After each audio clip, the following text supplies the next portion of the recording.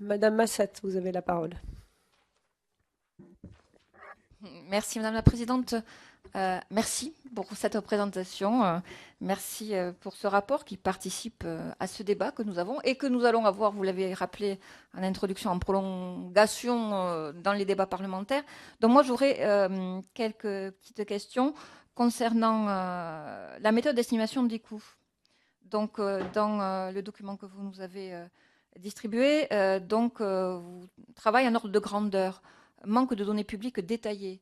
C'est-à-dire que pour avoir, vous avez eu des difficultés à avoir un accès à l'information. Comment avez-vous fait? Et parce que c'est vrai que c'est quand même important à ce niveau-là. Le rapport est très détaillé de par votre présentation et le rapport qu'on a pu avoir au-delà de ce résumé. Donc on voit qu'il y a un travail fouillé qui a été fait, mais que effectivement par rapport aux données, bon, le fait qu'on soit notamment quand vous parlez des estimations pour un réacteur et que finalement selon les différents scénarios, on va du simple au double.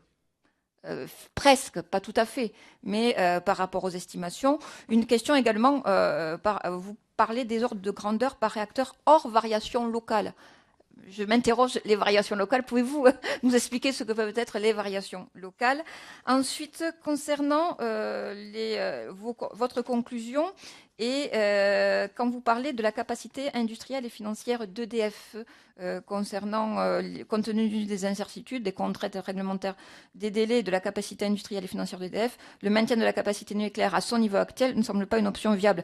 Concernant la capacité industrielle et financière d'EDF, pouvez-vous nous expliciter un peu plus comment vous faites cette analyse et par rapport également, alors la capacité industrielle, certes il y a EDF, mais on sait également que EDF fait appel à la sous-traitance. Avez-vous analysé dans ce cadre, j'imagine que vous avez analysé dans ce cadre-là également la sous-traitance par rapport auquel fait appel EDF.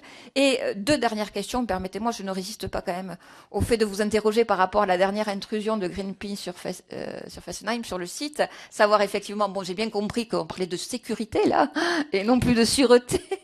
Et donc, merci de pouvoir nous analyser. Alors, je ne fais aucun lien entre votre rapport et l'intrusion, mais merci par rapport à ce débat-là de pouvoir expliciter ce que cela peut engendrer et ce que ça peut démontrer. Et dernière question, excusez-moi Madame la Présidente, juste par rapport, votre rapport fait état également de vos demandes ou du moins vos préconisations par rapport à la future loi sur la transition énergétique.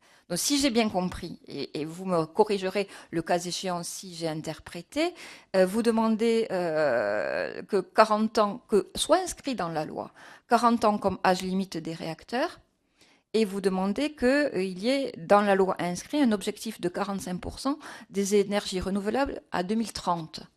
Aujourd'hui, la position du président et du gouvernement est un objectif du nucléaire à 50% en 2025.